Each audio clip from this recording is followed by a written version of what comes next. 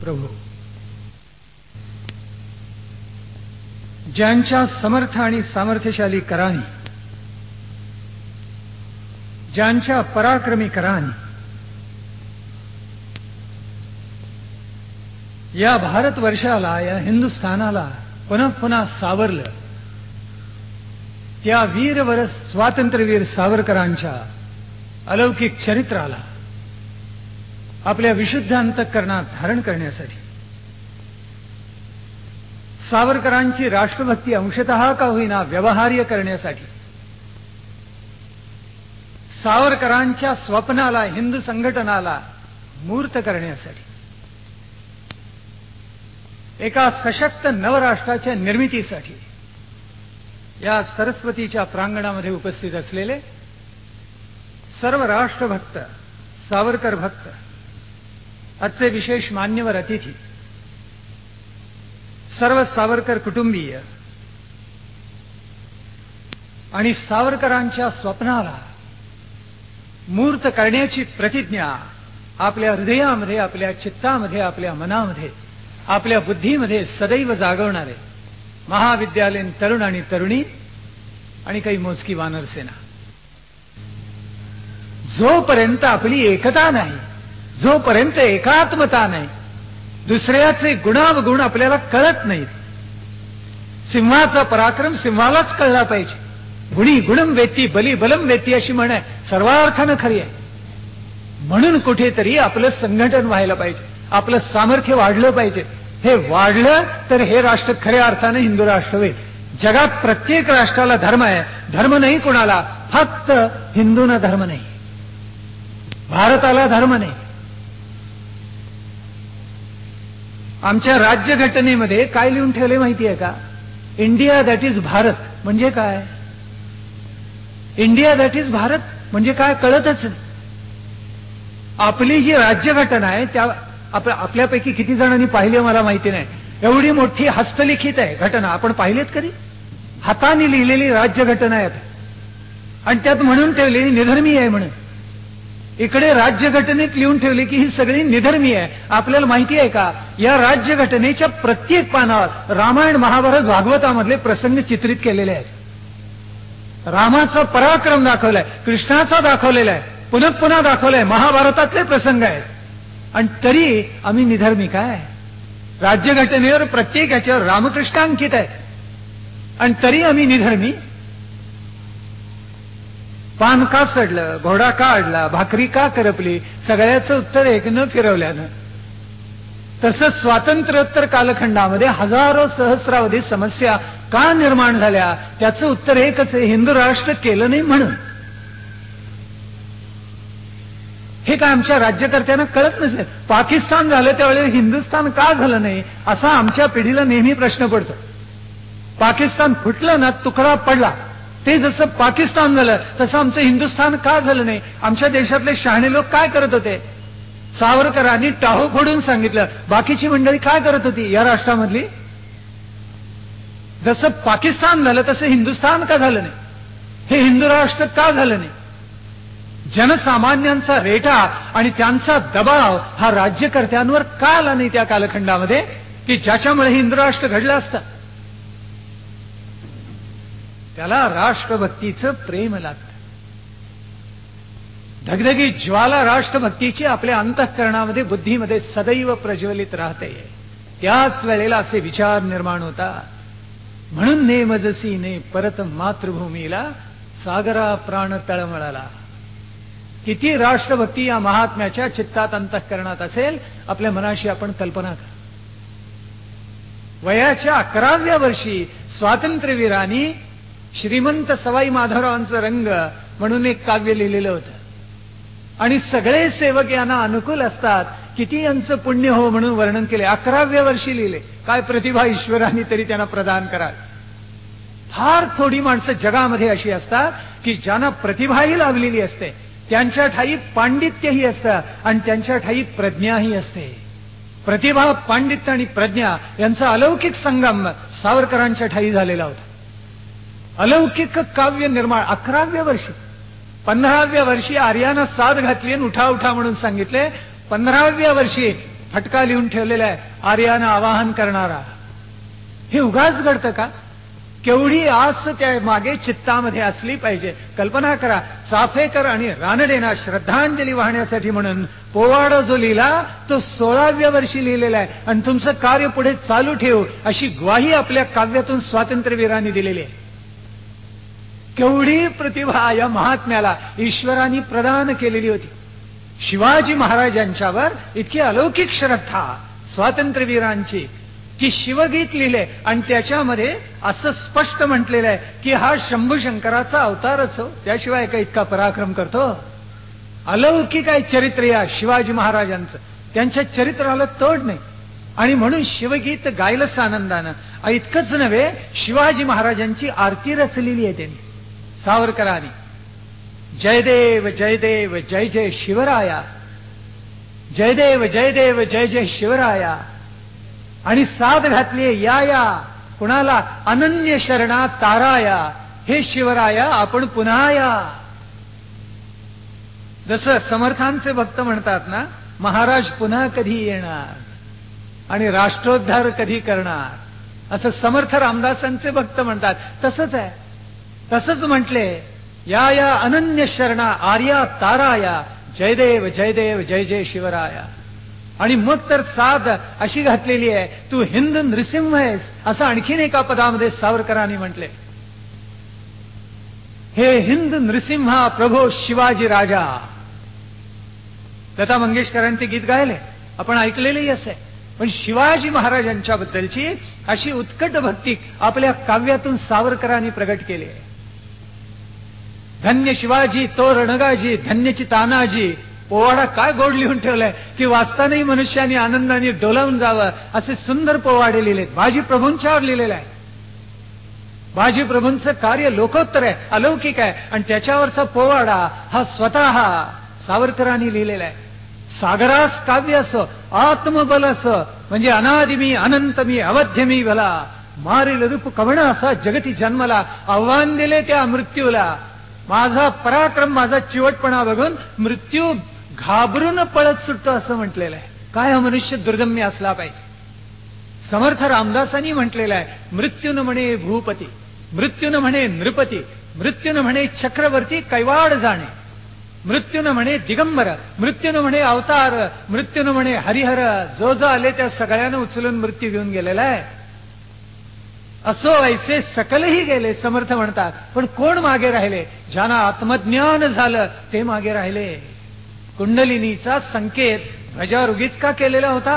उगाच नाही केला, कुठेतरी आत्मज्ञानाचा अलौकिक स्पर्श झालाय. जो योगी अरविंदाना झाला तोच तात्याना झाला, तोच टिळकांना झाला. त्याच्याशिवाय इतकी लोकोत्तर महात्म्य होऊच शकणार नाही. आणि म्हणून काव्य सुद्धा इतकी उज्ज्वल. आपलं भाग्य असं की जयोस्तुते श्री महन मंगले शिवास्पदे शुभदे हे स्वतंत्रतेचं गीत सावरकरांनी पुण्यामध्ये लिहिलं. काय भाग्य आहे पुण्याचं. पुण्यामध्ये हे काव्य लिहिलेलं आहे सावरकरांनी. आणि कोणत्या वर्षी लिहिलं? 1903 साली लिहिले, 20व्या वर्षी लिहिलं. काय हा प्रकांड, कसली प्रज्ञान प्रतिभा ईश्वराने याला प्रदान केले.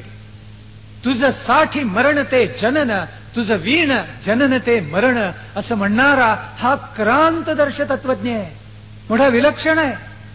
केवळ स्वप्नाळू नाहीये, पाय व्यवहारात आहे, पण भविष्यामध्ये डोकावण्याचं सामर्थ्य, अलौकिक सामर्थ्य या महात्म्याला प्राप्त झालेलं आहे.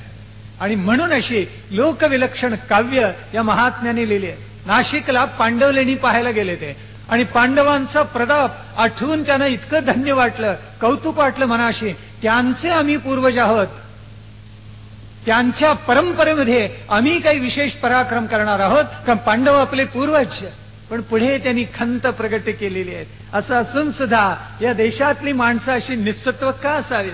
पांडवांचा पराक्रम त्यांच्या ठाई का निर्माण होऊ नये म्हणून त्यांनी प्रश्न विचारलेला आहे. सुनील नभय सुंदर नभय नभय अतल पहा, सुनील सागर सुंदर सागर. हे काव्य सुद्धा 1906 साली लंडनला निघालेले होते. त्यावेळेला सावरकरांनी लिहिलेलं आहे. विलक्षण सुंदर. चमचमत सगळं आभाळ पाहिलं आणि इतके गैवरून गेले, भारावून गेले. त्यावेळेला हे काव्य त्यांनी निर्माण केलेलं आहे. देवलांनी आपल्याकडे नाटकं लिहिली, सुंदर नाटकं. खरं तर आठवड्यावर बोलायचा विषय आहे.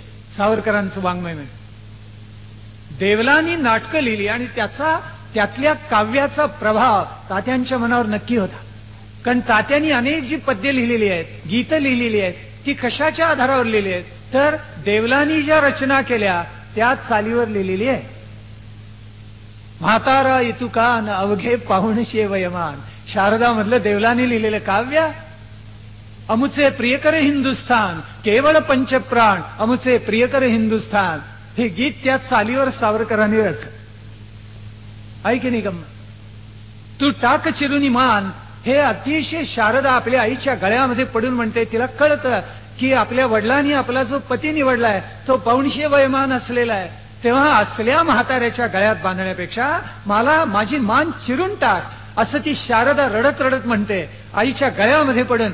त्या चालीवर सावरकरांनी 5-10 तरी गीतं नक्की रचलेली आहेत आहे की नाही. म्हणजे तुम्ही आम्ही सकल बंधू बंधू हिंदू, आपला पिता महादेव तयाला बंधू म्हटलेला आहे ना, हे त्या चालीवर लसलेलं आहे. तू टाक चिरुनी मान. सावरकरांची गीतं इतकी उत्कट आहेत, इतकी दिव्य आहेत, भव्य आहेत, प्रौढ आहेत, प्रतिभाशाली आहेत, प्रतिभा संपन्न आहेत, पण काही वेळेला अवघडी आहेत, समजून घ्यायला सुद्धा क्लिष्ट आहे. नारो शंकराची घंटा पाहिली आणि कुणीतरी म्हटलं तुम्ही शीघ्र कवी म्हणून तुमचा लौकिक आहे म्हणा ना, ताबडतोब 2 आर्या त्याच्यावर करून टाकल्या. पाहता पाहता लहानपणी भेंड्याचे खेळ होत असत वाड्यामध्ये, आणि त्यावेळेला मोरोपंतांची म्हणून स्वतःचीच आर्या ते तयार करून म्हणत असत. इतकी कुशाग्र बुद्धी ईश्वराने प्रदान केलेली होती. किती सुंदर काव्य लिहिलेलं आहे, मन भरून येतं वाचताना, अलौकिक आहे काव्य. मग त्याच्या जोडीला गोमांतकासारखं प्रदीर्घ महाकाव्य आहे, कमलासारखं खंडकाव्य आहे. इतके उत्कट भावनेनं त्यांनी ते सगळे लिहिलेलं आहे की पाहताना आपलं सुद्धा मन आनंदानं भरून जातं. देशभक्तीपर काव्य तर उदंड लिहिले आहेत, विजयी ध्वजावर काव्य लिहिलेले आहेत, आपल्या राष्ट्राबद्दल लिहिलेले आहेत, आपल्या विजयी परंपरेबद्दल लिहिलेले आहेत, पोवाडे लिहिलेत, फटके लिहिलेले आहेत, आणि पुन्हा पुन्हा दुर्दम्य आशावाद त्या सर्व काव्यातून त्यांनी प्रगट केला आहे. त्यांचं काव्य जसं समृद्ध, नाटकही तशीच. मग त्यांनी उशाप लिहिलं, संन्यस्त खड्ग लिहिलं. ही नाटकं लिहित असताना उत्तरक्रिया लिहिलं. उशाप मुळामध्ये जातीवाद भेदून काढावा म्हणून लिहिलेलं होतं. संन्यस्त खड्ग जे लिहिलेलं आहे त्याच्यामध्ये पुन्हा एकदा खड्गाचा आधार घेऊन बुद्धाचं रक्षण करावं लागलं असं दाखवलेलं आहे. त्यातली काही गाणी समयी सखाने वगैरे ही मास्टर दीनानाथांनी म्हणून अजरामर करून टाकलेली आहे. आणि त्या कालखंडामध्ये काही वेळेला उर्दू गझला यांचा फार प्रभाव असे तर त्यातल्या चाली फार उचलल्या जात. तशा सावरकरांनी उचलल्या आहेत बरं का. एकच त्याला नाटक लिहिलं गेलं आणि त्याला चाली बाई सुंदराबाईंनी दिल्या. आपल्याला माहिती नसेल, एका स्त्रीच्या चाली आहेत आणि त्या चाली देताना एक गाणं आहे त्याच्यामध्ये, आपल्याला माहिती आहे, फारच गोड आहे. सत्यवदे वचनाला नाथा स्मरुनी पदाला या सुरविमला. आता हे मूळ जे गीत आहे ते ऐकलं तर धक्काच बसेल मला वाटतं अनेकांना. कत्ल मुझे कर डाला रामा पास बुलाके नजर मिलाके, असं ते मूळ गीत आहे.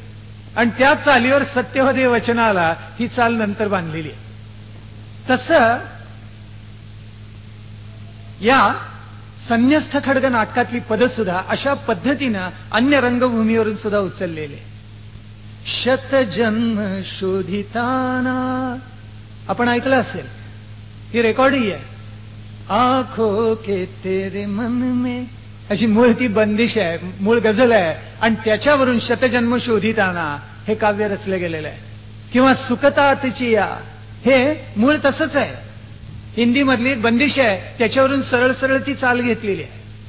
ती मास्टर दीनानाथांनी म्हणून अजरामर करून टाकले. आणि उत्तर क्रिया म्हणजे पानिपतचा जो प्रतिशोध आहे त्याच्याबद्दल सावरकरांनी लिहून ठेवले. एवढंच करून तात्याराव थांबले असं नाही, त्यांनी इतिहासाची जी मीमांसा केली आणि इतिहासाबद्दल लिहिलं ते अलौकिक. मॅझिनीच्या आत्मचरित्राचा त्यांनी अनुवाद केला, आपण पाहिलं ते. पण त्याच्यामध्ये तात्यारावांनी एक वाक्य लिहिले की शास्त्रीय प्रमेय ही स्थलकालातीत असतात. म्हणजे ती स्थलातीत कालातीत असतात, केव्हाही त्याचं आकर्षण आणि त्याचं संजीवन कायम तसंच राहतं. तसंच आहे राष्ट्राबद्दल. राष्ट्र कधी मरत नसतात, ती राखेतून पुन्हा निर्माण होत असतात आणि स्वत्व आत्मगौरव प्रगट करत असतात. हे तात्यारावांनी त्याच्यामध्ये लिहिले. प्रस्तावनेमध्ये आत्मचरित्राचा अनुवाद केला, त्याच्यामध्ये लिहून ठेवलेला आहे. I slept and found life is beauty, I walk and found life is duty. याचा उल्लेख यांनी केलेला होता. कुणी? मॅझिनीनी केलेला होता. त्याचा उल्लेख तात्यारावांनी सुद्धा केलाय. त्याचा अनुवाद करून म्हणतात राष्ट्र पुनरुत्थानासाठीच असतात. आणि म्हणून शेवटी समारोप करताना त्यांनी फार सुंदर वाक्य लिहिलेलं आहे. तात्याराव म्हणतात की परमेश्वराच्या घरी प्रत्येक राष्ट्राला एक एक मॅझिनी देऊन ठेवला असेल तर इटलीचा आपल्याला हेवा करायचं कारण नाही. तात्यारावांच्या रूपानं हा मॅझिनीच नाही का आपल्याला मिळाला? हा भारतवर्षाचा मॅझिनी आणि तो इटली मधला सावरकर, उलट म्हणायला पाहिजे. अशी दोन्ही लोकोत्तर आणि सशस्त्र क्रांती करणारी लोकोत्तर व्यक्तिमत्व होती. पुढे तात्यारावांनी इतिहासाची 6 सोनेरी पानं लिहिली, फार सुंदर लिहून ठेवलेली. त्यातलं पहिलं सोनेरी पान आहे ते म्हणजे चंद्रगुप्त आणि चाणक्याचं आहे. त्या चंद्रगुप्तानी असा अलौकिक पराक्रम गाजवला आणि या भारतवर्षाचा तो चक्रवर्ती सम्राट झाला. त्याचा पराक्रम, अलौकिक पराक्रम लिहून ठेवलेला आहे. अलेक्झांडर आला आणि त्यांनी कितीही पराक्रम गाजवला, सिद्धांत मांडलाय. काय सिद्धांत? की जगज्जेता कसला, त्याला भारताचा एक कोपराही जिंकता आला नाही. आणि हे सत्य आहे. खोटं लिहितात. इतिहासाच्या पुस्तकामध्ये आमची मुलं हेच वाचतात, अलेक्झांडर जगज्जेता होता. जगज्जेत्या अलेक्झांडरने भारतावर स्वारी केली. कसला जगज्जेता? वायव्य सरहद्दीचा या भारतवर्षाच्या एक तुकड्यालाही जो गिळू शकला नाही, तो जगज्जेता असला. तात्यारावांनी हे आग्रहाने लिहून ठेवलेलं आहे. आणि ते म्हणतात ते धादांत खोट आहे. तो जगज्जेता कधीही नव्हता. त्यांनी अनेक ब्राह्मणांना पकडलेलं होतं, तपस्व्यांना पकडलेलं होतं. आणि माझ्या राज्याविषयी तुमचं मत काय विचारलं तर त्यावेळेला एक वाळलेलं कातडं आणलं आणि त्या तापसानी दाखवलं. इकडचं टोक ओढ म्हणाला बैसमध्ये आणि ओढ. इकडचं टोक ओढलं की दुसऱ्या बाजूचं वाळलेलं टोक ताडकन उडवायचं. इकडचं ओढलं की दुसऱ्या बाजूचं ताडकन उडायचं. त्यावेळी तो म्हणाला की तू एक भाग जिंकशील, पुढे जाशील, त्यावेळेला मागचा भाग आपोआप स्वतंत्र झालेला असेल. तुला कधी भारतवर्षी जिंकता येणार नाही. आम्ही दुर्दम्य आहोत आणि हे राष्ट्र अलौकिक आहे, तेजस्वी आहे, पराक्रमी. एका युद्धामध्ये अलेक्झांडर हा जखमी झालेला होता. त्यावेळेला त्यानं अत्यंत निर्दयीपणे जे जे सापडले त्यांची कत्तल केली. इतिहासात उल्लेख आहे की 6 सहस्त्र ब्राह्मण जे हातात तलवार घेऊन लढलेले होते त्यांची त्यांनी सरसहा कत्तल केली. त्यांनी एकाला विचारलं तर तू हातामध्ये तलवार का घेतलीस, खड्ग का घेतलास? त्यावेळी तो म्हणाला आम्ही मानानं जगणारे हिंदुस्थानामधले हिंदू आहोत. लढता लढता आम्हाला मरण आलं तरी चालेल. मारिता मारिता मरून घ्यावे राज्य आपुले, समर्थांचा संदेश आहे. त्याचा उल्लेख केलाय तात्यारावांनी. आम्ही असे दुर्दम्य आहोत, लढणार म्हणून सांगितलेलं आहे. मग चाणक्य चंद्रगुप्ताचा गौरव जसा लिहिला तसा त्याच्या पाठोपाठ मौर्य कुळ दुबळे झाल्यानंतर, ग्रीकांच्या समोर लोटांगण घालायला लागल्यानंतर त्याला पराभूत करून पुन्हा एकदा हिंदू राष्ट्र बलवान करणाऱ्या शृंगवंशामधल्या पुष्यमित्राचा गौरव तोही तात्यारावांनी लिहिलेला आहे. ते दुसरं सोनेरी पान. ज्या विक्रमादित्यानं शका आणि कुशाणांना पार पराभूत करून टाकलं, त्या विक्रमादित्याचा गौरव तात्यारावांनी तिसऱ्या सोनेरी पानामध्ये लिहून ठेवलेला आहे. त्या विक्रमादित्याचा विक्रम संवत आपण पाळतो आणि तोच खरा एका दृष्टीने ऐतिहासिक आहे. नंतर कितीतरी निर्माण झाले असतील आणि त्याच्यानंतरचा खरंच गौरवायचा म्हणजे छत्रपती शिवाजी महाराजांचा आहे. अगर शिवाजी न होते तो सुनत होती सबकी, अशी अवस्था झालेली होती. पण विक्रम संवत हाच खरा, हे तात्यारावांनी आग्रहाने सांगितले. आणि त्याच्यानंतर टोळधाडी सारखे या राष्ट्रावर तुटून पडलेले जे हुण होते त्यांचा पूर्ण पराभव करणारा आणि पुन्हा एक छत्री अंमलाखाली संपूर्ण भारतवर्ष आणणारा यशोधर्मा, त्याचा गौरव चौथ्या सोनेरी पानात तात्याराव सावरकरांनी गायलेला आहे. 5वं जे आहे ते म्हणजे आमच्या मराठ्या वीरांचं सोनेरी 5वं पान आहे.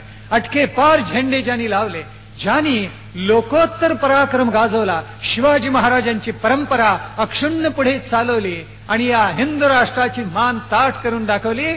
थोरल्या बाजीरावांसारखे, थोरल्या माधवरावांसारखे लोकोत्तर पेशवे झाले.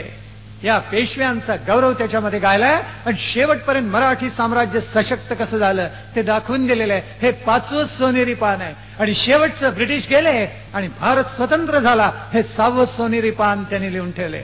त्याच्या व्यतिरिक्त 1857चं स्वातंत्र्य समर आहेत, रणशिंग आहे, इतिहासावर लिहिलेले अनेक स्फुटलेख आहेत. अशी उदंड संपदा, वाङ्मय संपदा त्यांनी निर्माण केली. वाङ्मय काळाच्या कसोटीवर टिकतं आणि साहित्य काळाच्या ओघामध्ये लुप्त पावतं. ललित वाङ्मय, ललित साहित्य वाचायला चांगलं वाटतं, पण त्यांनी मनाला शांतताही मिळत नाही आणि जीवनाची दिशाही स्पष्ट होत नाही. अक्षर वाङ्मयाने आपला मनाचा निश्चयही होतो आणि जीवनाचं लक्ष आणि दिशाही स्पष्ट होत असते. सावरकरांचं सगळं अक्षर वाङ्मय आहे आणि असं उदंड उत्कृष्ट वाङ्मय तात्यारावांनी निर्माण केलंय. हे वाङ्मय टप्प्याटप्प्याने निर्माण झाले, एका वेळेला अर्थातच झालेलं नाही आहे. आणि हे करत असताना राष्ट्रभक्तीचं बाळकडू अनंत जनांना, नागरिकांना तात्याराव देत होते. पण या वेळेला काँग्रेस जनांनी जवळजवळ निश्चय करून टाकलेला होता की आता पाकिस्तान हा देऊनच टाकायचा, नकोच. जसा क्रिप्स म्हणाला तसंच होऊन जाऊ दे. तात्यारावांनी ओळखलं तर विंचवाचं विष नांगीत असतं. तेव्हा ज्यांना या संघराज्यामध्ये सामील व्हायचं नाहीये त्या छोट्या राज्यांना स्वतंत्र होण्याची, बाहेर पडण्याची अनुमती असावी असं क्रिप्स शिष्टाईमध्ये आलेलं होतं. आणि ते महाभयंकर आहे. आपल्या राष्ट्राची ते शकलं केल्याशिवाय राहणार नाही हे तात्यारावांना माहिती होतं. अनेक शकलं एकत्र आली की ते सकल होतं, माहिती आहे. म्हणून सकलावर श्रद्धा असावी, शकलावर नाही. पती पत्नी 2 शकलं असतात, ती एकत्र आली की सकल होतं, कुटुंबाचं कल्याण होतं असं आहे. आणि म्हणून आपणही नेहमी जागरूक असलं पाहिजे. तात्याराव सांगत असतात अशी अनुमती जर दिली काय होईल, आपल्या देशाचे तुकडे पडतील. पाकिस्तानला तर तेच हवे, मुस्लिम लीगला तर तेच हवे. आणि त्यांचे पुढारी तर उन्मत्तपणे भारतवर्षाला सांगतातच आहे की आम्ही या देशावर एकेकाळी राज्य गाजवलेलं आहे, मारू तुम्हाला, काय समजलात. आणि तरी सुद्धा आमचे काँग्रेस जन चुप्प बसतात याची खंत तात्यांच्या मनामध्ये होती. आणि त्यावेळेला 1940 पासून राजाजी सांगतच होते की पाकिस्तान आम्ही देणारच आहोत. सरोजिनी नायडूंना सांगितलेलं होतं पाकिस्तान दिल्या वाचून पर्याय नाही. राजाजींनी संपूर्ण भारतात जिथे जिथे गेले तिथे तिथे सांगितलं की पाकिस्तान आम्ही देणारच आहोत.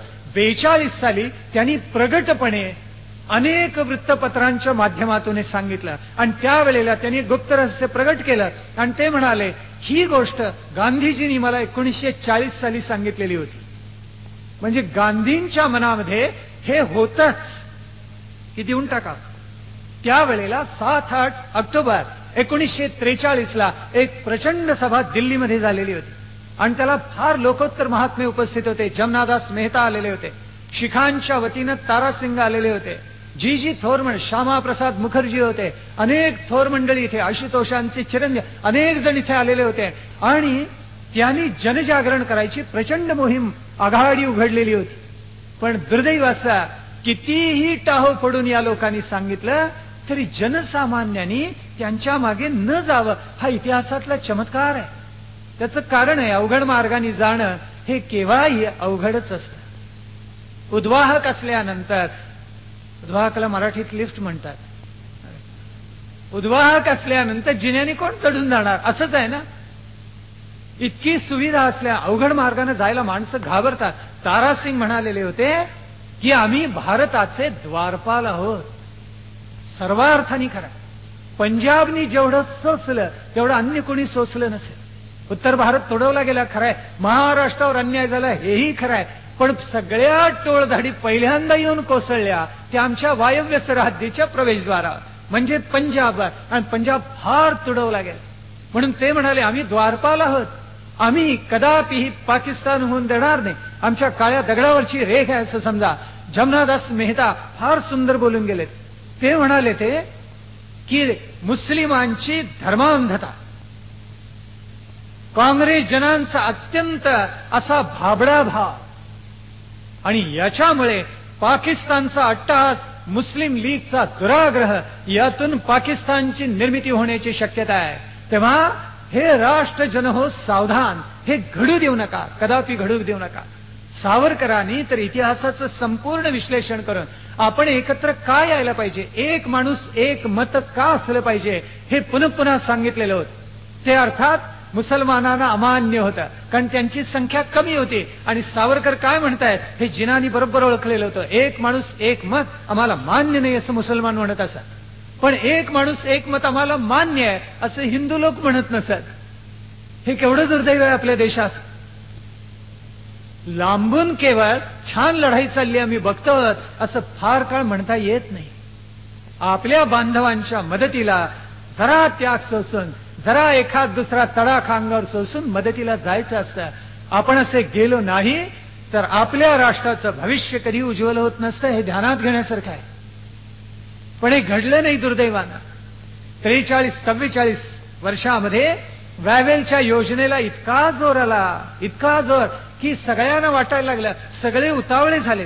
2, 3, 4 वेळेला सिमला परिषद झाली, सपशेल फसली. 45ला जून जुलैमध्ये महिनाभर चाललेली होती. आणि हंगामी मंत्रिमंडळ कोणतं करावं, केंद्रीय मंत्रिमंडळात कुणाला घ्यावं, म्हणजे देशाच्या विचारापेक्षा कुणाची वर्दी लागावी, कुणाला खुर्ची मिळावी याचाच विचार चाललेला होता. त्याचीच दुष्ट फळं आज आपण भोगतो आहोत. जे जळले, ज्यांनी स्वतःला जाळलं, ज्यांच्या ठाई खरं राष्ट्रीयत्व होतं, त्यांना खुर्चीवर कधी बसायला मिळालंच नाही. अपवाद असतील काही, बाकी सगळे बरोबर डोक्यावर बस. मी महाविद्यालयामध्ये असताना एक गृहस्थ निवडून गेले खासदार म्हणून. त्यांचा जाहीर सत्कार झाला आणि सत्कारात पहिलं वाक्य त्यांनी सांगितलं, म्हणले बंधनो भगिनीनो, आता काय आमची मज्जाच मज्जा. अरे मज्जाच मज्जा, मग खासदार व्हायचं ते मज्जाच मज्जा करायला. ते काय म्हटले, आता इमानाने जायचं, इमानाने यायचं, इमानात. आणि जाहीरपणे त्यांनी काय सांगावं, धक्का बसेल ऐकून आपल्याला. इमानात म्हटले पट्टा कोणाला बांधता येतं, पण ती असते की म्हटले हवाई सुंदरी, ती येऊन बांधते की. हा, याच्यापेक्षा राष्ट्राचं दुर्दैव काय असू शकतं सांगा. अशी माणसं जर खासदार म्हणून निवडून जाणार असतील आणि सगळ्या भारतवर्षाचा राज्यकारभार पाहणार असतील, दुसरं काय होणार. केंद्रीय मंत्रिमंडळात वर्णी लागावी म्हणून सिमला परिषदेमध्ये मारामाऱ्या चाललेल्या होत्या. कुणालाही हे राष्ट्र एकसंध राहावं आणि पराक्रमी व्हावं याचं भान नव्हतं. तात्याराव वगळता हिंदू महासभेचे लोक धडपडून सांगत होते, प्रचार करून सांगत होते, अरे बाबांनो सावधान, या देशाचे तुकडे व्हायची वेळा प्राप्त झालेली आहे, महाभयंकर. 45 साली सावरकर कुटुंबावर एक मोठा आघात झाला. बाबाराव सावरकरांनी अपरंपार सोसलेलं होतं. तात्यारावांच्या अगोदर ते अंदमानला गेलेले होते आणि आयुष्य सगळं जवळजवळ तुरुंगामध्येच घालत, फार सोसलं, महाभयंकर. त्यांना अस्थमा झाला, डोकेदुखीचा विकार होता, अर्धशिशीचा भयंकर त्रास असे. पोट इतकं बिघडलेलं होतं की रक्त पडायचं सारखं. पण तरी सुद्धा त्या खोलीतून बाहेर जायला बारी काय त्यांना परवानगी देत नसत. पण त्या बारीचं थडगं इथे कलकत्त्यामध्ये बांधलं गेलं. शेवटी त्याला स्वदेशाला परत जायला मिळालं नाही. स्वदेशाला पळून जायचा विचार त्याच्या चित्तामध्ये होता, पण कलकत्त्यामध्ये त्याला मृत्यू आला. शेवटी खरंच सावरकर पुरून उरले. ज्यांनी ज्यांनी त्यांचा द्वेष केला ते सगळे अगोदर गेले. काही इतिहासातले तरी योग असतात बघा. आणि हा 14 वर्ष तुरुंगात झिजलेला महात्मा 83 वर्षाचं प्रदीर्घ आयुष्य भोगून नंतर गेला. इतिहासाचे संकेत मोठे विलक्षण असतात. पण बाबारावांनी फार सोचलं का, आणि पुढे त्यांना कर्करोग झाला. सांगलीला काया इतकी क्षीण झालेली होती. बाबाराव फार आजारी आहेत हे ज्यावेळेस कळलं त्यावेळेस तात्यारावांनी त्यांना एक पत्र लिहिलं आणि त्यांनी लिहिलेलं आहे की आपण तिघा भावांनी एकच काम केलं. राष्ट्रभक्तीचं आपलं लक्ष ध्येय एकच होतं.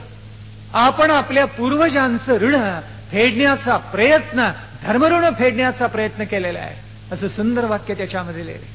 कोणाही इतिहासकाराला भारतवर्षाचा इतिहास लिहायचा झाला तर त्यातली काही पानं सावरकर बंधूंसाठी राखून ठेवावी लागतील. आणि सावरकरांनी एक सुवर्णयुग गाजवलं याचा त्याला उल्लेख करावा लागेल, असं सावरकरांनी त्या पत्रात लिहिलेलं होतं. सार्थ उद्गार आहेत, आत्मप्रत्ययी उद्गार आहेत. आणि मार्च 1945 मध्ये बाबारावांना मृत्यू आला.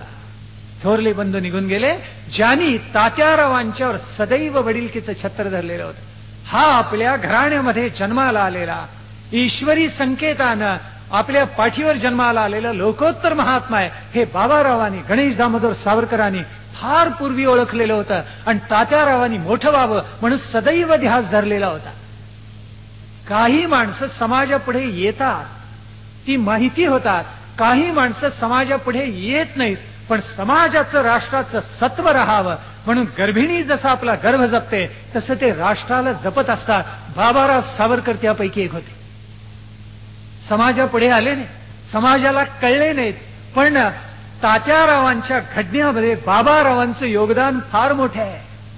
तुलसीदासांनी जसं म्हटलेलं आहे ना, रामांच्या कर्तृत्वाची ध्वजा कशावर फडकते तर लक्ष्मणाचा दंड खाली आहे त्याच्यावरती ध्वजा फडकते, असं फार गोड उल्लेख केलाय. तसं तात्यारावांच्या कर्तृत्वातलं फार मोठं योगदान हे बाबारावांच्या कर्तृत्वामध्ये दडलेलं आहे. हे आपल्याला कधीही विसरता येणार.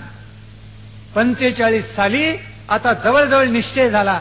सिमला परिषद फसलेली होती आणि फसलेली असताना अनेकांना वाटत होतं की काहीतरी घडणार घडणार घडणार घडणार म्हणजे दुसरं काय, पाकिस्तान घडणार, दुसरं काय घडणार होत.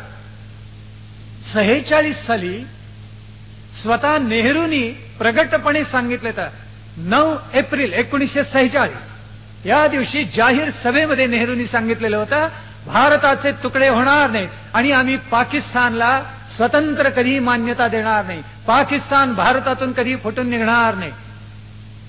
केव्हा बोलले नाही, उलटे सांगितलं. 5 एप्रिलला 1946 आणि 2 आठवडे गेले नाहीत. 20 एप्रिल त्याच वर्षामध्ये 20 एप्रिल 1946 नेहरू म्हणाले आता पाकिस्तान दिल्याशिवाय आमच्या पुढे दुसरा मार्गच नाही. 15 दिवसात सांगताय, 15 दिवस अगोदर म्हणतायत आम्ही कदापिही पाकिस्तान देणार नाही. या 15 दिवसात पुन्हा सांगतायत की अरे आता पाकिस्तान होण्या वाचून गत्यंतरच नाहीये. वॅवेलनी सगळ्यांच्या पुढे असं टाकलेलं होतं, घ्या हो मी देतोय ते बरोबरच आहे. काँग्रेस जनांनी असा लबाड प्रचार चालवलेला होता की अरे ही हंगामी व्यवस्था आहे, भारत पाकिस्तान व्हावं ही हंगामी व्यवस्था. बरं का, हंगामी व्यवस्था म्हटल्यानंतर श्यामाप्रसाद मुखर्जींनी त्याच्यावर इतके घणाघाती हल्ले केलेले होते, प्रचंड हल्ला केलेला होता. आणि त्याच्यामध्ये श्यामाप्रसाद मुखर्जी म्हणालेले होते ही हंगामी व्यवस्था म्हणजे काय, म्हणजे काँग्रेस जन असं म्हणतायत की ही आमची हंगामी आत्महत्या आहे. अरे हत्या केल्यानंतर पुन्हा जीवन कोणाला मिळणार आहे आणि पुन्हा दोन्ही राष्ट्र एकत्र येणार, भाबडा आशावाद आहे, हे कदापि घडू शकणार नाही. हे श्यामाप्रसाद मुखर्जी बोललेले होते. त्याच्या अगोदरच्या वर्षामध्ये इथे सर परशुराम भाऊ महाविद्यालयामध्ये एक भूतो न भविष्यती अशी सभा झालेली होती आणि किती माणसं उपस्थित असतील, थक्क होतं मन वाचून. त्या कालखंडामध्ये 75 ते 80 हजार माणसं, 1.25 लाखापेक्षा माणसं जास्ती जमलीत आणि तात्यारावांनी इतकं अप्रतिम भाषण केलं. अनेकांच्या हृदयामध्ये, बुद्धीमध्ये एखादा तीर घुसावा तसं ते भाषण घुसून राहिलेलं होतं. इतिहासाचं विश्लेषण तर केलं, पण आपल्या देशामध्ये काय घडते आणि आपल्याला कोणती जागरूकता पाळली पाहिजे, हिंद राष्ट्राचे तुकडे कसे होऊ देता कामा नये याच्यावर सावरकरांनी लखलखीत प्रकाश टाकलेला होता.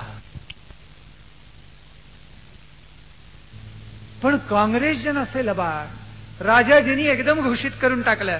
ते म्हणाले की सगळ्या भारताचा आम्हाला पाठिंबा आहे. नव्हता, विरोध कोणाचा आहे तर हिंदू महासभेचा आहे. सावरकरांना आणि हिंदू महासभेला जितकं डावलता येईल, एका बाजूला टाकता येईल तितका हा प्रयत्न होता. 46 वर्ष सरत आलं आणि मग पुढे 22 मार्च 47ला वॅवेलनी सगळ्यांना टाटा म्हटलं, तो निघून गेला. आणि त्याच्या जागी कोण आला तर लॉर्ड माउंटबॅटन. तो आणखीन धूर्त होता. तो म्हणाला 1 घाव 2 तुकडे करून टाकूया आता लवकरात लवकर. आणि त्यावेळेला ज्यांना हंगामी केंद्रीय मंत्रिमंडळामध्ये स्थान मिळालेलं होतं ते अली खान काय म्हणाले असतील. ते अली खान म्हणाले, म्हणजे त्यांचा भाव मुसलमानांचा मनातला काय होता आपण ध्यानामध्ये घ्या. ते म्हणाले आम्ही मूठभर मुसलमान आलो आणि हिंदूंना कापून काढलं. आता तर लक्षावधी मुसलमान, कोटीवधी मुसलमान भारतात आहे, उरलेल्या सगळ्या हिंदूंना कापून काढू, पण पाकिस्तान मिळवूच मिळवू. का बरं त्या माणसाला गोळी घातली नाही. जो उघडपणे असं बोलला त्याला माउंटबॅटननी गोळी का घातली नाही.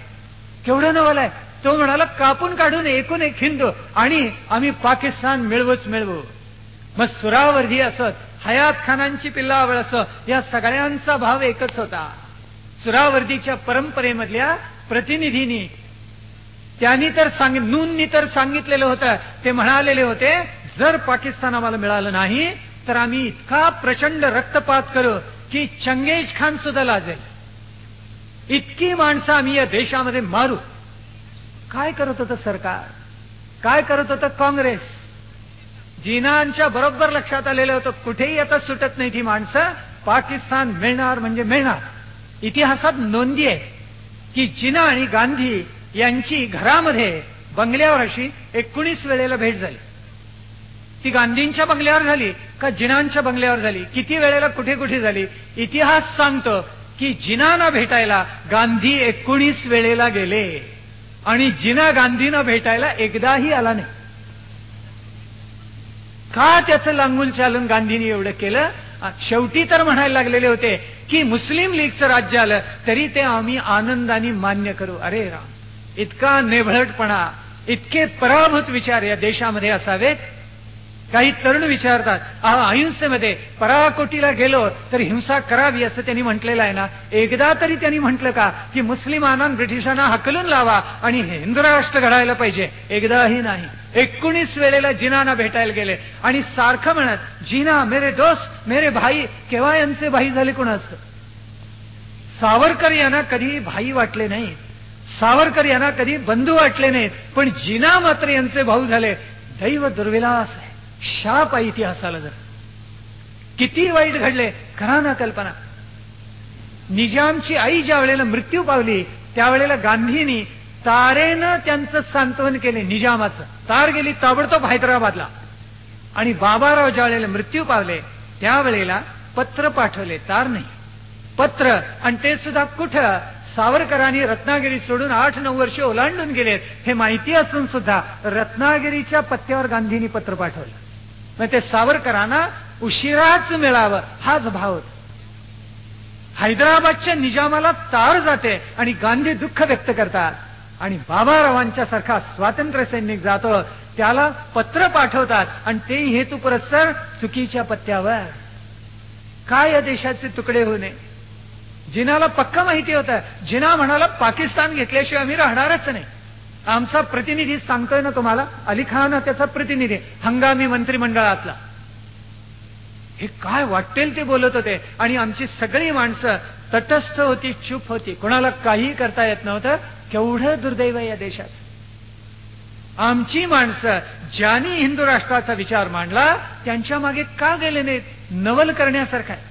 त्याचं थोडं विश्लेषण शेवटी आपण करूया. मला जे वाटतं ते सांगतो. आपल्या इतिहासाचा काही अभ्यास केल्यानंतर त्यातून काही आडाखे आपल्याला बांधता येतात. अवघी चरित्र मूलतः अभ्यासल्यानंतर कुठे काय चुकलं हे साधारणतः जाणता येतं. 46 साली हे सगळं होत राहिलं. 47ला माउंट बॅटन आला. माउंट बॅटन विषयी नेहरूंना अत्यंतिक प्रेम होत, अतिशय प्रेम होत. आणि हे ऐतिहासिक सत्य आहे की एडविनाबद्दल म्हणजे माउंट बॅटनच्या पत्नीबद्दल त्यांना विशेष प्रेमादर होता. हे ऐतिहासिक सत्य आहे. त्यांच्या अनेक चरित्रकारांनी हे लिहून ठेवलेलं आहे. तेव्हा माउंट बॅटन जे म्हणेल त्याला लगेच मान डोलवायची असं नेहरूंनी पक्क ठरवलेलं होतं. वल्लभभाई पटेलनी मोठी गर्जना केली, हे खरं आहे, पण ते घडणार नव्हतं. आणि तात्यारावांना दुर्दैवानं त्यावेळी त्यांची प्रकृती इतकी ढासळली. बाबाराव गेल्यानंतर कुठेतरी आत एक खोलवर घाव बसलेला होता आणि प्रकृती इतकी ढासळली, मज्जातंतू इतके दुबळे होऊन गेले. डॉक्टरांचे सगळे उपाय चाललेले होते पण तात्यारावांच्या आजाराने गंभीर रूप धारण केलेलं होतं. तर लालचंद हिराचंदानी त्यांना नेलं, गुलाबचंदानी, आणि वालचंदनगरला ठेवलेलं होतं. 3 महिने तात्याराव तिथे राहिलेले होते. पण 20 जानेवारी 1946 या दिवशी तात्यारावांना हृदयविकाराचा तीव्र झटका आला. 3 महिने वैद्याने डॉक्टरांनी त्यांना बोलू सुद्धा नाही, हालचाल तर दूरच राहिली, पण त्यांना पूर्ण विश्रांतीचा सल्ला दिलेला होता. तेव्हा हिराचंद मंडळींनी त्यांची सेवा केली. 3 महिने वालचंदनगरला तात्या होते. हृदयविकाराचा तीव्र झटका येऊन गेला आणि तात्यारावांचं हिंडणं फिरणं किंवा ज्या धडाक्यानं ते सगळीकडे जात होते तो धडाका स्वाभाविकपणे कमी झाला. उघड आहे अगदी. 46 साली ही घटना घडली आणि पुढल्या वर्षी देशाचं चित्र पालट गेलं. हळूहळू म्हणजे बाबाराव ज्या वेळेला गेले त्यावेळी तात्यारावांना भेटायला कोणी आलं नाही. तात्यारावांना हृदयविकाराचा झटका बसला. त्यावेळेला त्यांना भेटायला नेहरूही आले नाहीत, वल्लभभाई पटेलही आले नाहीत. पण ज्या वेळेला केंद्रीय हंगामी मंत्रिमंडळ केलं त्यावेळेला काय गंमत आहे बघा, त्यावेळेला श्यामाप्रसाद मुखर्जींना भेटायला मात्र हे लोक गेले. हा मोठा राजकीय डाव होता, मोठी धूर्त खेळी होती. आणि मुद्दामच श्यामाप्रसाद मुखर्जींना केंद्रीय मंत्रिमंडळामध्ये स्थान मिळालेलं होतं. आणि मग भारतवर्षाच्या हिंदुस्थानच्या इतिहासामधला तो दुर्दैवी दिवस उजाडला. 15 ऑगस्ट 1947, ज्या वेळेला अखंड भारत मातेच्या शीर्षाचा एक तुकडा कापून टाकण्यात आला, स्वतंत्र पाकिस्तानची निर्मिती झाली. वस्तुतः त्यावेळेला 11-12% आणि मतदानाच्या दृष्टीने 22% एवढेच मुसलमान होते. सवर्ण हिंदू हे 58%, 56 ते 58% होते. आणि सर्व हिंदूंची मतं मिळून 75% होती. म्हणजे मुस्लिम ब्रिटिश अन्य लोकांपेक्षा जवळजवळ 3.5 पट होते. आणि तरी सुद्धा आपलं दुर्दैवाचं की या देशाची फाळणी व्हावी. माउंटबॅटन असा लबाड होता, तो म्हणाला संख्या कमी असली तरी समान हक्क दोघांना दिले जाते, म्हणजे तेवढी मतं मुसलमानांची भरून काढण्यात येतील असा अर्थ झाला. तात्यारावांनी फार पूर्वी सांगितलं तर की याच्यामध्ये सरहद्दीवरल्या लोकांना फार सोसावं लागेल. पंजाब सिंध मध्ये आग डोंब उसळेल, कारण पाकिस्तानी हे आक्रमक आहेत. मुसलमानांचा सगळा इतिहास काढून बघा, त्यांना तेवढंच करायला आवडतं. हे सांगितलेलं असताना सुद्धा केंद्रीय मंत्रिमंडळाने त्याच्याकडे लक्ष दिलं नाही. स्वातंत्र्य मिळवलं, सत्ता हाती घेतली, पण सत्ता राबवण्यासाठी जे धैर्य लागतं, जो निबिडपणा लागतो, जे निर्भयता माणसाच्या अंगी लागते, आपल्या बाजूचं संघटन लागतं, प्रबळ सैन्य लागतं, याची कोणतीही व्यवस्था आमच्याकडे नव्हती. आणि सिंध पंजाब मध्ये अनन्वित अत्याचार झाले, नौखालीला पुढे अत्याचार झाले, असंख्य हिंदू कुटुंब उद्ध्वस्त झाली, सिंधी लोकांना पळ काढावा लागला, अनेक स्त्रियांवर अत्याचार आणि बलात्कार झाले. आणि तात्यारावांचं काळीच अक्षरशः करपून गेलं. फार अन्याय झाला, अनन्वित अत्याचार झालेले. आणि त्यावेळेला हिंदूंनाच उलट सांगण्यात येत होतं, हिंदू कुटुंबांना प्रतिकार करू नका. नौखालीमध्ये आपल्याला धक्का बसेल की इतक्या हिंदूंनी मार खाला पहिल्यांदा. आणि नेहरू हे स्वतः तिथे गेले आणि त्यांनी सांगितलं हिंदूंनी मुसलमानांच्या विरुद्ध लढायचं नाही, तसा प्रयोग केला, बंदुका तोफा वापरून तुम्हाला मारू, हिंदूंना सांगितले. काय आपला इतिहास आहे काय कळत नाही. अशा माणसांच्या हातामध्ये हिंदूंची सत्ता जावी आणि मुसलमानांना तडाखा बसला. म्हणून गांधी म्हणाले मी आता उपोषण करतो. हिंदू मेले त्याचं दुःख नाही कोणतंही. म्हणजे ब्रिटिशांना म्हणायचं चालायला लागा, आणि ब्रिटिशांनी विचारलं गेलो नाही तर काय करा, उपवास करेन. अरे काय कर, एकदा कर 100 वेळेल, कोण विचारतो तुला. ब्रिटिश खरा हसत असतील त्यांना की हे सुरक्षा चित्र आम्ही कसं ठेवलं आणि बाहुल्यासारखं वापरलं. हाच भावार्थ आहे त्याच्यामध्ये. एवढं कसं त्यांच्या लक्षात आलं नाही की आपल्या कृत्यामध्ये ब्रिटिशांना बळ लागतं आणि मुसलमानांना बळ लागतं. फाळणी झाली आणि इतके अनन्वित अत्याचार झाले. पण त्याही वेळेला सावरकरांना एका दृष्टीनं कृतार्थता वाटली. एका डोळ्यात आसू, एका डोळ्यात हसू, असं होतं.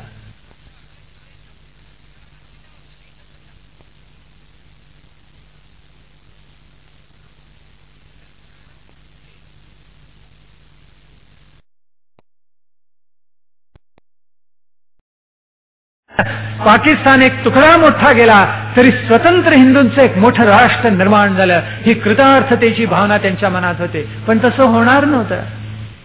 मुसलमान तिकडे गेले तसे सगळे हिंदू इकडे आणायला हवे होते आणि एकदा पूर्ण विभागणी करून टाकायला हवी होती. तसं नाही झालं. अल्पसंख्याक हे हिंदूंचं राष्ट्र आहे पण बोलू नका, भावना दुखावता.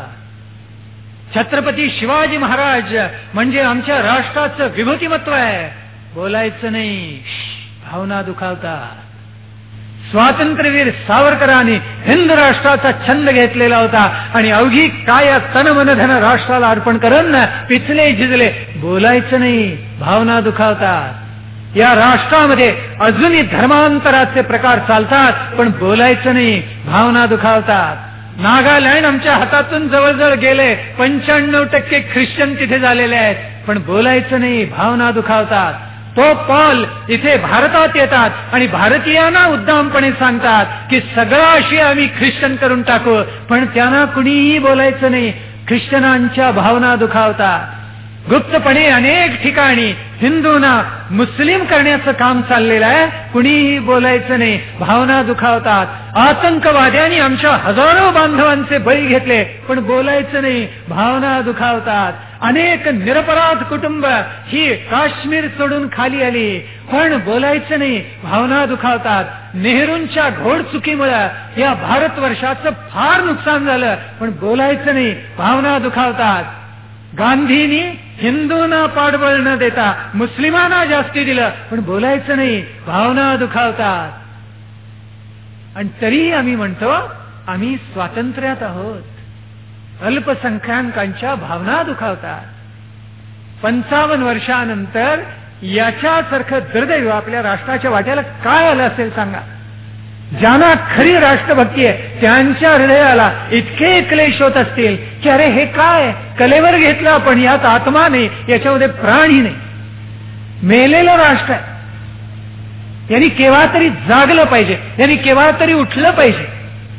आणि आमचे लबाड लोक लिहितात की विवेकानंदांना कसं राष्ट्र हवं होतं. किती खोटं बोलता. मेरी हेलला विवेकानंदांनी पत्र लिहिले आणि तिला म्हणतात तुमचा आकाशातला बाप अतिशय दयाळू म्हणून गप्पा मारता, मिशनरीजनं पैसे देऊन पाठवता, धर्मांतर घडवून आणता आणि 25 कोटी एवढ्या भारतीयांच्या हिंदूंच्या मानेवर तुमचे अधिकारी बूट ठेवून उभे आहेत. पुन्हा वरून संगीनी लावली, फाशी देऊ म्हणतात, गोळी घालू म्हणतात.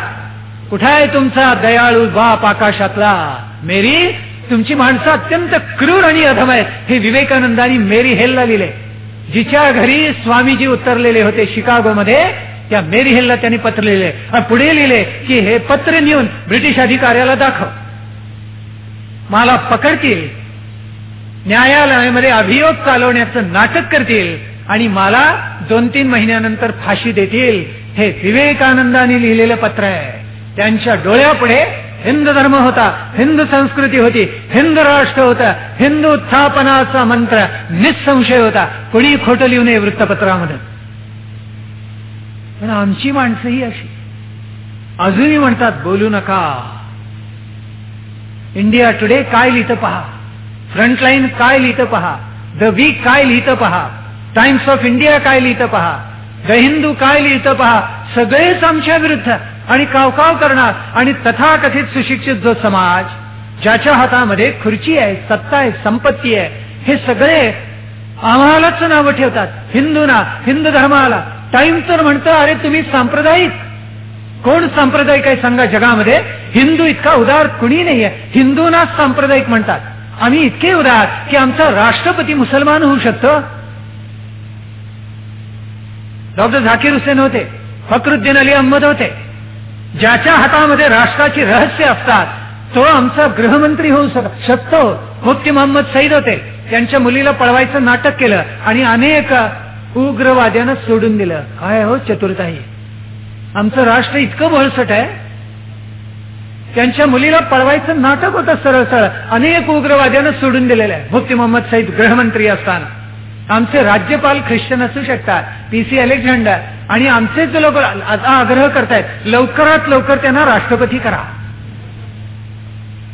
आमच्या क्रिकेट संघाचा कप्तान मोहम्मद अझरुद्दीन होऊ शकतो. आज रात्री स्वप्न पडते का पहा. मुशर्रफ नंतर शंकर अभ्यंकर.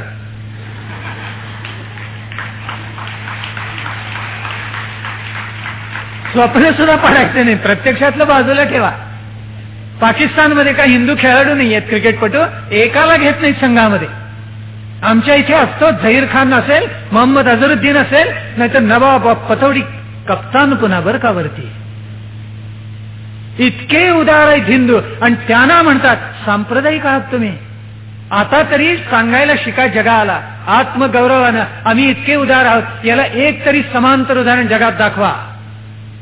हिंदू मनुष्याचा परदेशामध्ये कुठेतरी राष्ट्रपती झाला, पंतप्रधान झाला, गृहमंत्री झाला, जगाच्या इतिहासात एकही उदाहरण सापडणार नाही, शक्य नाही. इतके भारतीय उदार आहेत, हिंदू उदार आहेत. आणि पुन्हा टाइम्स सारखं मुखपत्र अमेरिकेचं म्हणतं हे भारतीय म्हणजे सांप्रदायिक. अरे चोरानो, सांप्रदायिक तुम्ही, निग्रोंचा इतका छळ तुम्ही करता आणि पुन्हा आम्हाला नावं ठेवता काय?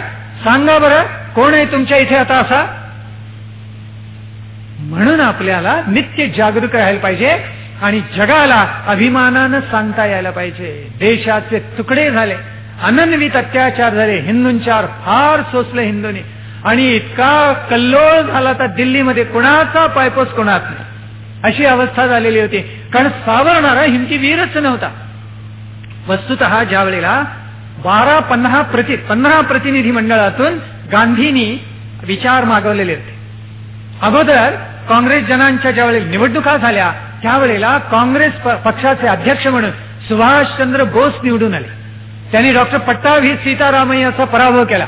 त्यावेळेला गांधींना तो आपला पराभव वाटला. हा मनुष्य किती मनात ठेवणार होता पहा. त्यांना असं नाही वाटलं की सुभाषचंद्र आले, आपली सगळी शक्ती त्यांच्या मागे उभी केली पाहिजे.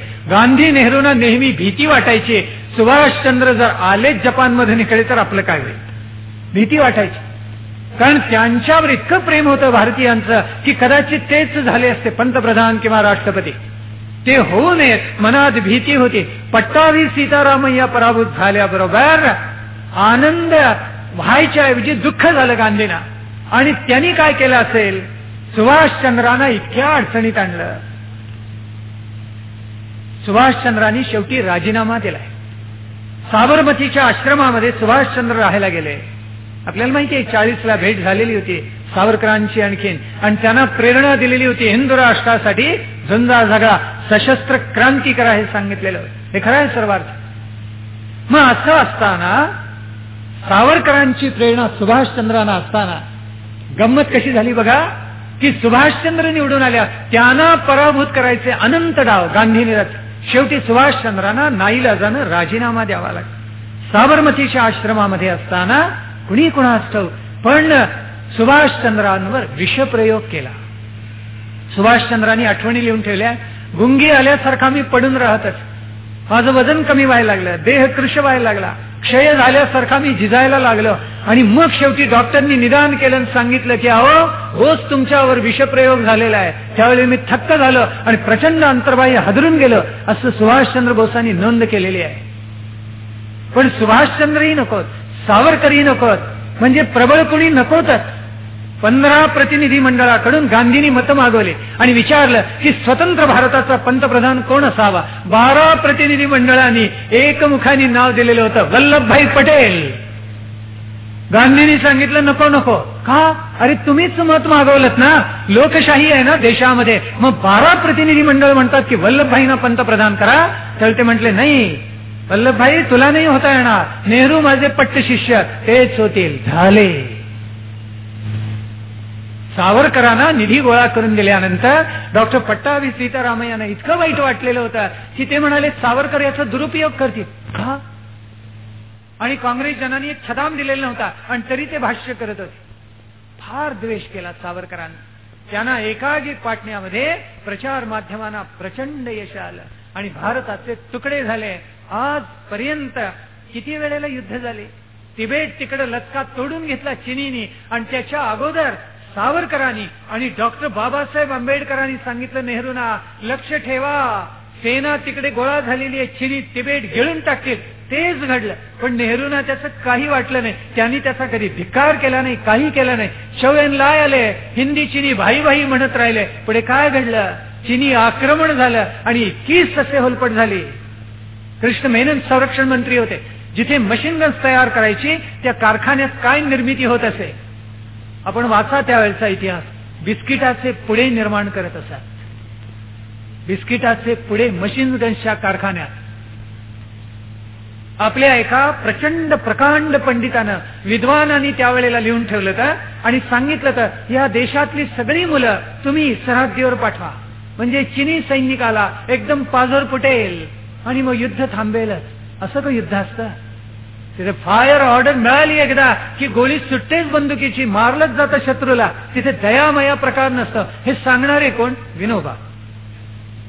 इतका प्रकांड पंडित, अनंत भाषेवर प्रभुत्व असलेला, त्यांनी असं सांगा. मनाशी नवलच वाटत काय इतिहास घडत गेलाय सगळा आपला. 47ला फाळणी झाली आणि 48ला गांधी वध झाला. आणि लाल किल्ल्यातला अभियोग चालला. आणि त्यावेळेला स्वातंत्र्यवीर सावरकरांना त्याच्यामध्ये गोवण्यात आलं. स्वातंत्र्यवीरांचं वय किती होतं आपण त्यावेळेला ध्यानात घ्या. 65 वर्षांचे होते स्वातंत्र्यवीर सावरकर. 61चा महोत्सव होऊन गेलेला होता आणि स्वातंत्र्यवीरांना जवळजवळ 7-8 महिने तुरुंगामध्ये राहावं लागलं. अंदमानात काह्या झिजली आता स्वातंत्र्यामध्ये मी झिजत होती. आणि बडगे नावाच्या जो कोणी माफीचा साक्षीदार झालेला होता त्यांनी बरंच तिखट मीठ लावून वाढवून सगळी साक्ष दिलेली होती. पण सावरकरांनी आपलं प्रतिपादन इतकं चोख केलं की 7-8 महिने लाल किल्ल्यातला अभियोग चालला आणि जवळजवळ 87 दिवस त्यांना न्यायालयामध्ये उपस्थित राहायला लागलेलं होतं. आणि शेवटी न्यायालयाने स्पष्ट निकाल दिला की सावरकरांचा याच्यामध्ये कोणताही हात नाही. सावरकर 100% निर्दोष आहे. सरकारांचा त्याच्यावर आणखीन काही आक्षेप नसेल ताबडतोब त्यांची मुक्तता करण्यात यावी आणि सावरकरांना मुक्त करावं लागले. पण हे एकच नाही, पुढे 50 साली पंजाबमध्ये दंगा झाला, बंगालमध्ये झाला, बिहारमध्ये झाला, रोहटक आणि पंजाबला स्वातंत्र्यवीर जाणार होते. तेव्हा नेहरूंना इतकं वाईट वाटलं की हे पुन्हा जाऊन शिखांना काहीतरी सांगतील म्हणून सावरकरांना पुन्हा पकडलं तुरुंगामध्ये टाकलं. जुलै महिन्यात पकडण्यात आले. म्हणजे सावरकरांचं किती आयुष्य तुरुंगामध्ये गेलं याचं गणितच मांडावं लागेल आपल्याला. त्यावेळेला पुष्कळ थपडा सरकारला खाव्या लागल्या तरी सुद्धा मला वाटते न्यायाधीश सुद्धा पक्षपाती होते काय. सावरकरांना सोडलं पण पक्षपातीपणाने सशर्त सोडलं. 1 वर्ष तुम्हाला राजकारणात भाग घेता येणार नाही. स्वातंत्र्यामध्ये लोकशाहीमध्ये सावरकरांच्यावरच बंधन घालताय की तुम्हाला राजकारणात भाग घेता येणार नाही. वस्तुतः स्वातंत्र्य मिळालं त्यावेळेला फार मोठं पद मंत्रिमंडळातलं सावरकरांना द्यायला हवं होतं. त्यांनी ते घेतलं असतं की नाही हा भाग वेगळा, पण मोठा सन्मान त्यांचा करायला हवा होता, तो केलाच नाही. हा लोकोत्तर महात्मा कधी कळला नाही आणि कळला तरी वळला नाही. वळला तरी त्याला आपलंसं करावं असं वाटलं नाही. सावरकरांचा सन्मान करावा असं नेहरू गांधींना कधी वाटलं नाही. दुर्दैव देशात सावरकरांनी पद स्वीकारलं असतं की नाही हा भाग अत्यंत वेगळा.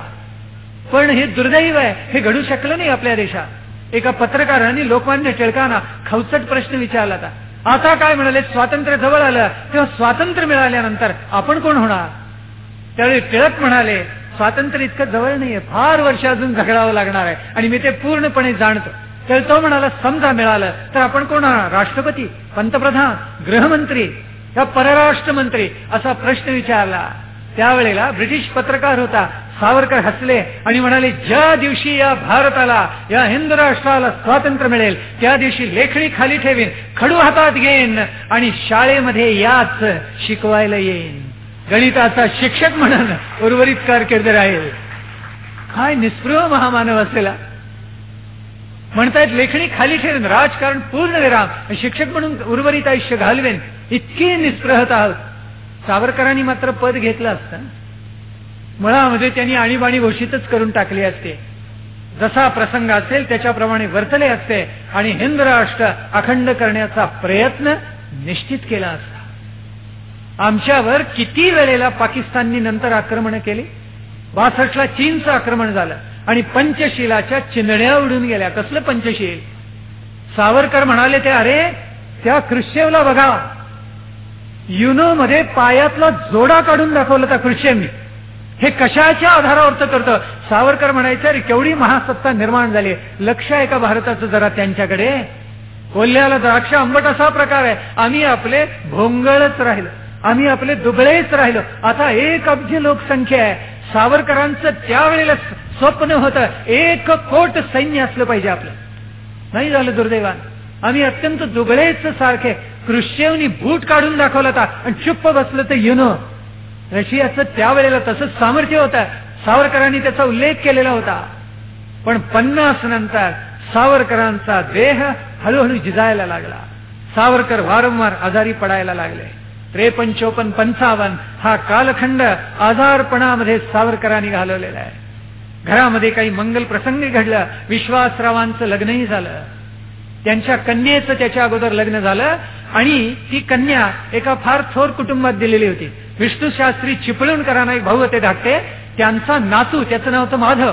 या माधवरावांचा आणि तात्यांची थोरली कन्या प्रभात या दोघांचा विवाह झाला घरामध्ये काही मंगल कृत्य सुद्धा घडून गेलेली होती. पण आता हळूहळू देह हा नको नको म्हणायला लागलेला होता. मूळव्याधीचा अतिशय त्रास तात्यानं होताच, अंग बाहेर येतच, अतिशय त्रास व्हायचा, थकून जायचा देह आणि नको नको वाटून जायचं, अशी अवस्था सावरकरांची होत असे. 60 जवळ आली. 1960चा दिवस जसा जवळ येत चालला, मध्ये पुष्कळ इतिहास घडलेला आहे, पण मृत्युंजय दिन जवळ आला 24 डिसेंबर 60. कारण तो दिनांक होता की ज्या वेळेला सावरकर सुटणार होते अंदमानामधून. 50 वर्ष जर काढावी लागली असती तर. आणि तो दिन मृत्युंजय दिन म्हणून सगळीकडे साजरा करण्यात आला. आणि त्यावेळेला सावरकरांच्या दर्शनासाठी झुंडीच्या झुंडी आल्या. हजारो लक्षावधी माणसं येऊन पोहोचली आणि सावरकरांच्या गळ्यामध्ये असंख्य माला पडलेल्या आहेत की हे मृत्युंजया, हे स्वातंत्र्यवीरा, हे सिंधू संघटका, तू कृतार्थ आहेस, तू आम्हाला धन्य केलेले आहेस. तुझ्या पराक्रमान लोकोत्तर कामगिरीनं या भारतवर्षाचा गौरव वाढवलेला आहेस. आया राष्ट्राची मान तू ताट केलेली आहे. असंख्य हार त्यांच्या गळ्यामध्ये पडलेले होते. पुण्यामध्ये सावरकरांनी एक भाषण केलं होतं. इतकं सुंदर भाषण केलं होतं, सगळा समुदाय हलून गेला, हजारो माणसं जमलेली होती. आणि फाळणीच्या वेळेला ते म्हणालेले होते, फाळणी होऊ नये हे मी वारंवार सांगतो म्हणून मी बदनाम झालेलोच आहे. उलट झालं तर जो राष्ट्राचं हितच सांगतो त्याचीच दुष्कीर्ती झालेली होती. ते म्हणाले आता नवीन पिढीतून तरी सत्व जाग व्हावं आणि त्यांनी या भारतवर्षाला बलाढ्य करावं. पुढे 15 जानेवारी 1961 त्यावेळेला त्यांनी शेवटचं जाहीर व्याख्यान इथे पुण्यामध्येच केलेलं होतं. आणि त्याच्यानंतर सावरकरांनी प्रगट व्याख्यान कधीही केलं नाही.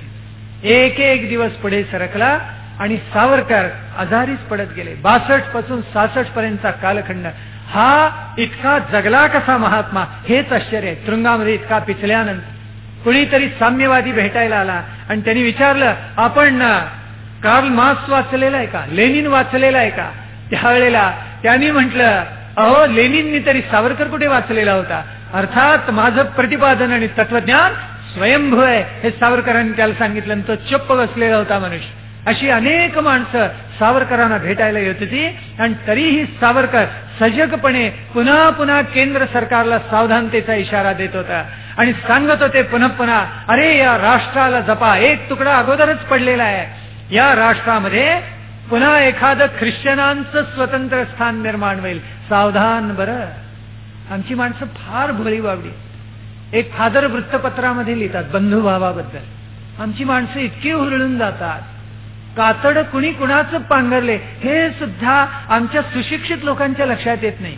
हेच फादर वृत्तपत्रात तुम्ही आम्ही बंधू बंधू म्हणतात आणि तिकडे जेवढी धर्मांतर करता येतील तेवढी करतात. नाव सांगत नाही, लक्षात बरोबर आलं. आमची इतकी माणसं अज्ञानी आहेत, इतकी भोळसट आहेत, आमच्या लोकांना एवढं कळत नाही. आपल्या भोवती वावरणारी ही सुशिक्षित मंडळी आहे आणि म्हणतात, हा काय सुंदर लेख लिहिलाय, मला असं वाटलं की त्याला जाऊन भेटावं. जा भेट आणि हो ख्रिश्चन, एवढंच उत्तर आहे त्याला. इतका का तू मूर्ख आहेस? आम्ही केव्हा शहाणे होणार, केव्हा सावरकरांचं वाङ्मय हृदयामध्ये धरणार आणि जागरूकपणे हे राष्ट्र बलाढ्य करणार. स्वातंत्र्योत्तर कालखंडामध्ये हजारो दंगे झाले. लाज वाटली पाहिजे आम्हाला. वृत्तपत्र छापतात, कल्याण भिवंडीमध्ये यावर्षी शिवजयंती शांततेत पार पडली. याच्यासारखं शर्मेची दुसरी कोणती गोष्ट असेल? जे आम्हाला विभूतिमत्व आहे, देवासमान आहे, त्याची जयंती शांततेत पार पडते काय? पडलीच पाहिजे. दंगा कोण करतात? पकडाने पहिल्यांदा तुरुंगामध्ये टाकला आणि त्यांच्यावर खटले बरं, त्यांना सक्त मजुरीची शिक्षा द्या. हजारो दंगे झाले. या हजारो दंग्यांना कोण कारणीभूत आहे? सरळ आहे, उघड आहे, स्पष्ट आहे, पण सरकारला ते अजून मान्य होत नाही. ही तर गंमत आहे आपल्याकडे. इतका त्यांना कळवळा येतो मुसलमानांचा. भेटीला जातात, पुन्हा पुन्हा मुद्दाम जातात. आणि एखाद्यानी आपलं राष्ट्र चांगलं घडवावं, एकत्र असावं म्हणून प्रयत्न केला तर प्रचार माध्यम त्यांच्यावर घुमतात. कारण आहे, दिल्लीत बहुतेक सगळे बिहारी, एकटाच अटल. मुसलमान, इतरांना मुसलमानांचं फार प्रेम, जातील आणि त्या मोहल्ल्यामध्ये, अन्यथा कधीही फिरकणार नाही. पण असं झालं रे झालं, यांना इतका कळवळा येतो विचारू नका. पटकन जातात आणि भेटतात. कुठे लागलं? हिंदूंच्यावर इतके अत्याचार झाले. बिहार म्हणजे पूर्वीचं मगध, सोन्याचा धूर निघायचा. आता लालू प्रसाद कसला धूर काढतात बघा. काय चाललंय आपल्या देशामध्ये? खाजगी मालमत्ता झाली बिहार म्हणजे त्यांची. 6-12 वर्ष सुखेने राज्य करतो मनुष्य. म्हणजे राबडी देवी या मुख्यमंत्री होता, याच्याबद्दल प्रचार माध्यमांना काहीही वाटत नाही. इतका अपात्र कोणीतरी मुख्यमंत्री म्हणून सिंहासनावर बसू शकतात. पण अटल बिहारींच्यावर मात्र घुमतात हे. पंतप्रधान इतका सक्षम, इतका लोकोत्तर मिळालेला असून सुद्धा जे स्वातंत्र्यपूर्व कालखंडामध्ये तेच आता काही बदल झालेले, अतिशय क्लेश होतात म्हणा. 62 ते 66 हा कालखंड तात्यांनी तसा एकांतवासामध्येच घालवला. एका दृष्टी माणसं येत होती, भेटत होती. 53ला महाभयंकर अगोदर घडून गेलेले होतं. श्यामाप्रसाद मुखर्जी गेलेले होते तिथे आणि त्यांना शेख अब्दुल्लानी कैद केलं, पकडलं आणि तुरुंगात टाकलं. 52ला जनसंघासाठी आशीर्वाद घ्यायला श्यामाप्रसाद तात्यारावांच्याकडे गेलेले होते. त्यांना तात्यारावांनी मार्गदर्शनही केलेलं होतं आणि जनसंघ पुढे विस्तारला. त्याचंच रूपांतर भारतीय जनता पार्टीमध्ये झालं आपल्याला माहितीये. काश्मीरमध्ये हिंदूंवर अत्याचार होता म्हणून त्यांची बाजू मांडायला श्यामाप्रसाद मुखर्जी गेलेले होते. त्यांना शेख अब्दुल्लानी पकडलं आणि तुरुंगामध्ये टाकलं. त्या तुरुंगामध्ये श्यामाप्रसाद मुखर्जी मृत्यू पावले. त्यावेळेला तात्यारावांनी आणि सगळ्या हिंदुत्ववाद्यांनी जाहीरपणे प्रकटन दिलेलं होतं. नेहरूंना सांगितलेलं होतं श्यामाप्रसाद कशामुळे मेले त्याची चौकशी करा, शेख अब्दुल्लांना भाग पडा. आणि त्यावेळेला नेहरूंनी नाही म्हणून सांगितलं. काळा डाग आहे. श्यामाप्रसादांसारखा लोकोत्तर तुरुंगामध्ये मेला कसा? आणि मसूद सारखा 8-8 वर्ष राहून पुन्हा लठ्ठवून बाहेर कसा पडतो? खाऊन पिऊन आनंदाने सुटतो पुन्हा आणि पुन्हा पाकिस्तानातून धमक्या देतो आणि मारू तुमचे सरहद्दीवरचे लोक आणि कुटुंब उद्ध्वस्त करून टाकू. आणि हा एवढा देशभक्त जातो आणि नेहरू म्हणतात नाही, मला अमान्य आहे, मी नाही चौकशी करणार. पण इतिहास काही वेळेला असे धडे शिकवतो. नेहरू नाही म्हणाले आणि काहीच महिन्यामध्ये त्या शेख अब्दुल्लाला अटक करून तुरुंगात टाकायची पाळी नेहरूंच्यावरच आली. इतिहास असं सोडत नाही कोणाला. पण एखाद्या मोठ्या माणसाची घोडचूक ही देशाला इतकी भावते, किंवा एखाद्या माणसाने केलेली घोडचूक माणसाला, केवळ माणसाला नव्हे राष्ट्राला सुद्धा 50-60 वर्ष मागे नेते. फार सोसलं. दंगे झाले अपरंपार आणि अनेक माणसांनी सोसून काढलं. कोल्हापूर असो, सातारा असो, सांगली, मिरजकडे फार मोठे दंगे स्वातंत्र्य गांधी वधानंतर झालेले फार सोसलं लोकांनी. एका शिखानी इंदिरा गांधींचा वध केला म्हणजे सगळे ते वाईट आहेत असं नव्हे. एका ब्राह्मणाने गांधींवर गोळी झाडली म्हणजे सगळे ब्राह्मण हे खुनी आहेत असं नव्हे. पण एकदा प्रक्षोभ झाला की माणसं काय वाटेल ते करत सुटतात. आमचे आई वडील तर सांगायचे की एका माणसाला इतका क्रूर मारला, एक अवयव तोडून अग्नीत टाकला. बघ तुला असा मारतो म्हणून सांगून मारले. माझे वडील बाहेर गेले, ते सामोरे गेलेले होते आणि सगळी गल्ली पेटलेली होती. त्यावेळेला आई म्हणत होती नका जाऊ. ते म्हणाले आता ईश्वरावर हवाला, बस त्याच्यावर विश्वास आता. वडील आठवणीत सांगायचे बाहेर गेलो, हात जोडून विनंती केलो, बाबांनो सगळे दरिद्री इथे राहतात, का आम्हाला मारायला आलात आपण? सगळे ओळखीचे भराभरा कोणी असे शेमले ओढले तोंडावर, गेले सगळे. ईश्वरी कृपा म्हणून वाचले. पण त्याची माणुसकी होती. पण त्यावेळेला मी ताना होतो, अगदी लहान होतो. आमच्या घरामध्ये मंजुळा नावाची एक बाई दूध घालायला येत असते. 50 वर्ष दूध घातलं. आश्चर्य वाटेल आपल्याला. आणि अशा मारामाऱ्या, अशी घरं पेटलेली असताना सगळे लोक घराला कुलप लावून, तिथे तुलसीदास राम मंदिर आहे, वेश आहे बाहेर आणि त्याला लागून ते मंदिर आहे, तिथे जमले. ते घाबरलेले होते. मुलं रडत होती, स्त्रिया रडत होत्या, माणसं हतबल झालेली होती. केव्हा घाला येऊन पडेल काही सांगता येत नव्हता. आणि अशा वेळेला ती मंजुळा दूध घालणारी आमच्या घरी, ती त्या अशा पेटलेल्या आगीतून आली, तिथे पोचली आणि माझ्या आईला शोधून काढलं. तर आई म्हणाली बाई ग, ह्याच्यात तू अशा या कांडामध्ये, अग्निकांडात आलीच कशी? त्यावेळी तिनं काय उत्तर द्यावं? ती म्हटली हा असं कसं, लहान पोरं तुमची भुकेजलेली असतील. एवढ्या 2 कासंड्या दूध भरून घेऊन आली. ती किती माणुसकी होती. 55 वर्षानंतर ही सगळी माणुसकी आता मेली आहे. काहीही राहिलं नाही. शेजारी शेजाऱ्याला ओळखत नाही, कुलप लावतात, मरा म्हणतात, आम्हाला काही तुमचं देणं घेणं लागत नाही. आम्ही इतकी माणसं परस्परापासून दुरावली गेली. कोण? राजा कालस्य कारणम. दुसरं काही याला उत्तर असू शकत नाही. सावरकरांनी सांगितलं ते थोडं जरी आचरणात आणलं असतं तरी आम्ही काही करू शकलो असतो. आम्ही ते केलं नाही, हे आमचं दुर्दैव. आणि पुढे 26 फेब्रुवारी 66, 83 वर्षांचे असताना तात्यांनी आपला देह ठेवला. मृत्युंजय होऊन, अमर होऊन, अजर होऊन, अक्षर होऊन, अक्षय होऊन तात्यांनी आपला देह टाकला. पण त्यांच्या विचारानं, त्यांच्या कर्तृत्वानं, पराक्रमानं ते मृत्युंजय ठरले. सावरकरांचं या हिंद राष्ट्राला, या भारत राष्ट्राला फार मोठे योगदान. पण नेहमी सगळ्यांच्या मनात प्रश्न येतो की एवढं लोकोत्तर व्यक्तिमत्व, पण ते निवडणुका हिंद महासभेच्या मोठ्या प्रमाणात का जिंकू शकले नाही? तेच सत्तेवर का येऊ शकले नाही? नेहरू गांधींना पराभूत का करू शकले नाही? असे विचार आपल्या, माझ्या, अन्य अनेक जणांच्या मनामध्ये येतात. एक गोष्ट आपण प्रामाणिकपणे मान्य केली पाहिजे, आणि ती ही की तात्याराव इतकं लोकोत्तर हिमालयासारखं व्यक्तिमत्व, पण लोकसंग्रहाला कमी पडलं. हे वास्तव आहे इतिहासामध्ये. हे कटू सत्य आपल्याला स्वीकारावंच लागेल. यस्मान्नो द्विजते लोको लोकांनो द्विजते चयः. बरोबर सांगितले गीतेनं. जो लोकांना कंटाळत नाहीत आणि लोक ज्याचा कंटाळा करत नाहीत असा थोर मला प्रिय असतो, असं भगवंतानी म्हणून ठेवलेलं आहे. पण पुढे पुढे तर तात्याराव प्रकृतीच्या अस्वास्थ्यामुळे असेल, त्रासामुळे, कशामुळेही असेल, पण जवळजवळ एकांत सेवन केला आणि माणसांचा लोकसंग्रह केला. दिवेकरांनी एका आठवणीत लिहून ठेवले, लोकमान्य टिळक कर्नाटकाच्या दौऱ्यावर गेले आणि त्यांनी आठवणीत लिहिले की जवळजवळ 3 ते 4 लाख माणसं भेटायला आली. प्रत्येकाची पान सुपारी लोकमान्यांनी स्वीकारली. प्रत्येक मनुष्य त्यांच्या पायावर डोकं ठेवून जात असे. लोकमान्यांना मधुमेह होता, पाय असे सुजले म्हणून दिवेकरांनी आठवणीत लिहून ठेवले आणि कळवळून सांगितलं की दादा आता पुढे आपल्याला मधुमेह आहे. त्यावेळी ते म्हणाले, अरे हा स्वातंत्र्याचा यज्ञ आहे, लोकसंग्रहाला कधी कंटाळा करायचा नसतो.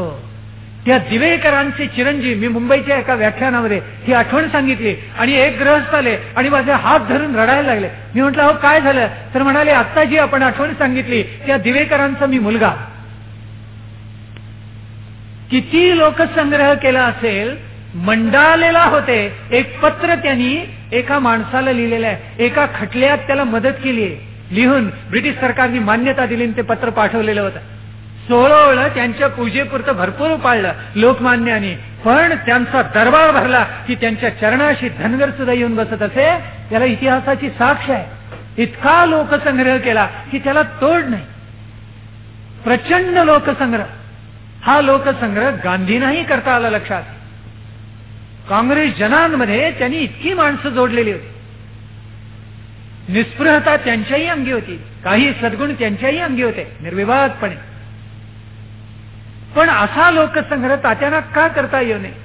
आपल्याला आश्चर्य वाटेल. उभा भावे दारातून परत गेलेले आहेत, वालजी पेंढारकर परत गेलेले आहेत, डॉक्टर मुंजांसारखी माणसं ज्यांच्या वडिलकीचं छत्र तात्यारावांवर होतं, अशा माणसानं माग जावं लागलेलं आहे.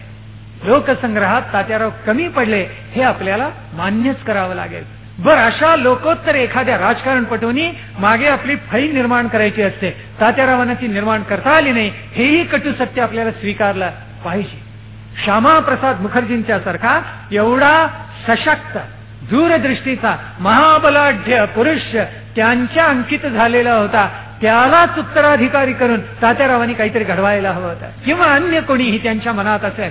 पण ठोसपणे त्यांनी कुणालाही उत्तराधिकारी बनवलं नाही. त्याचा परिणाम असा झाला की हिंद महासभा म्हणजे केवळ सावरकर असं झालं. असं होता कामा नये. संघटनेमध्ये चालत नाही. माणसं गोळा करावी लागतात आणि त्यांना एका विचाराने भरून पुढे न्यावं लागतं. ते नेल सावरकरांनी नाही असं नाही, पण त्यांचा उत्तराधिकारी नेमका कोणी झाला नाही. पुढे श्यामाप्रसाद जनसंघामध्ये गेले. दुर्दैवाचं की एका कारागृहामध्ये त्यांना मृत्यू आला. इतका सशक्त, इतका बलाढ्य राजकारणपटू उत्तराधिकारी झाला असता या देशाचं चित्र कदाचित पालटून गेला.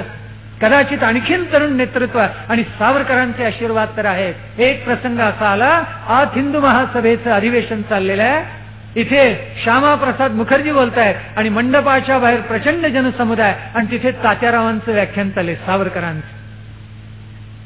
लोकसंग्रह जसा नाही तशी पुढची पिढी जी घडवायला लागते ही घडवता आली नाही. हेही वास्तव आहे आणि ते स्वीकारल्याशिवाय दुसरा मार्ग नाही. तात्याराव मोठे खरे विज्ञाननिष्ठ होते. त्यांनी हिंदुत्वाची व्याख्या करताना सामर्थ्य आहे चळवळीचे, जो जो करील तयाचे, परंतु तेथे भगवंताचे अधिष्ठान पाहिजे याचा उल्लेख केलेला आहे. पण केवळ उल्लेख केलाय, तात्या स्वतः प्रचंड निरीश्वरवादी होते. माई अत्यंत आस्तिक आणि तात्या पराकोटीचे नास्तिक, पूर्ण निरीश्वरवादी, अत्यंत विज्ञाननिष्ठ. पुढे तर त्यांनी सांगितलेलं होतं, धान्य कमी जर पडत असेल खुशाल मांस भक्षण करा. एके ठिकाणी उल्लेख केलाय, गोमांस खाल्लं तरी चालेल. हा विचार हिंदू राष्ट्राला, हिंदू समाजाला कसा पुरेल, कसा स्वीकृत होईल आपणच मला सांगा. गायीबद्दल लिहिलेलं आहे, एक उपयुक्त पशु आहे, माता नाही गोमाता काही नाही, बाजूला टाकून द्या खुळचट समजुती. ती केवळ एक उपयुक्त पशु आहे म्हणून तिच्याकडे पहा. हिंदू राष्ट्राची प्रकृती तशी नाही. विवेकानंदाने टिळकाने ती 100% अचूक ओळखलेली होती. म्हणून विवेकानंद म्हणाले, धर्माला सोडून जे कराल त्यात अपयशच येणार आणि धर्माला धरून जे कराल त्यात यशच येणार.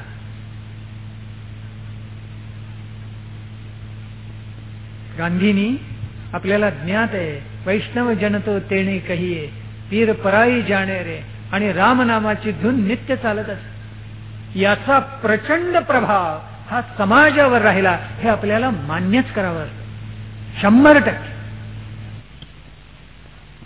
त्याच्यामुळे जो आस्तिक्य भावाने जाणार आहे, ज्याला एवढा एकदम प्रखर विचार झेपत नाही, तो इतका धावू शकत नाही. तात्या समाजाच्या फार पुढे राहील. नेतृत्व करणाऱ्या व्यक्तीला इतकं पुढे राहून चालत नाही. त्याला समाजाला, समर्थ रामदास जसं म्हणाले, मुलाच्या बोलीने बोलावे, मुलाच्या चालीने चालावे, असं करावं लागतं. तो जितका मोठा होईल तितकं त्याला लक्षात येतं, मी कितीही मोठा झालो तरी माझा नेता आणि 2 पावलं माझ्या पुढे आहेत. पण त्यांनी 100 पावलं पुढे राहून चालत नाही. तात्यारावांच्या बाबतीत ते झालं. विज्ञाननिष्ठा, यंत्राला अतिरिक्त महत्व त्यांनी देऊन टाकलं आणि सांगितलं, अवश्य याचा प्रयोग करा, काही हरकत नाही याच्यामध्ये. पण हे सगळं करत असताना, घडवत असताना, विज्ञाननिष्ठा प्रगट करत असताना, जनसामान्यांच्या मनाला कुठेतरी जिंकून घेताना धक्का लागला. आणि त्या धक्क्याचा परिणाम असा झाला की तात्यारावांचे विचार ऐकायला असंख्य माणसं जमायची. आता तेच होतं, सभा नाही का, 50 वर्ष तेच चाललं होतं. अटल बिहारींच्या सभेला लाख 2-2 लाख माणसं, निवडणुकीत विजय काँग्रेसचा. तात्यारावांच्या कालखंडामध्ये असंच घडलेलं आहे. तात्यारावांच्या सभा म्हणजे 50, अर्धा लाख, पाऊण लाख, लाखाच्याही झालेल्या, विजय मात्र व्हायचा कोणाचा? काँग्रेसचा. का बरं असं घडलं? इतकं धावून चालत नाही. समाजाला बोट धरून आपल्या बरोबर न्यावं लागतं. टिळकांना ते फार कळलेलं होतं. टिळक म्हणाले, पहिली त्यांची आणि गांधींची भेट झाली. खापर्डे अन्य मंडळी बरोबर होते. त्यावेळेला गांधी बाहेर पडल्या. टिळक म्हणाले, अरे हा पक्का बनी आहे. पहिले उद्गार आहेत टिळकांचे, पण टिळक म्हणाले, याच्यावर लक्ष ठेवा आणि याला बघडू नका, सोडूही नका. टिळकांना फार लक्षात येत.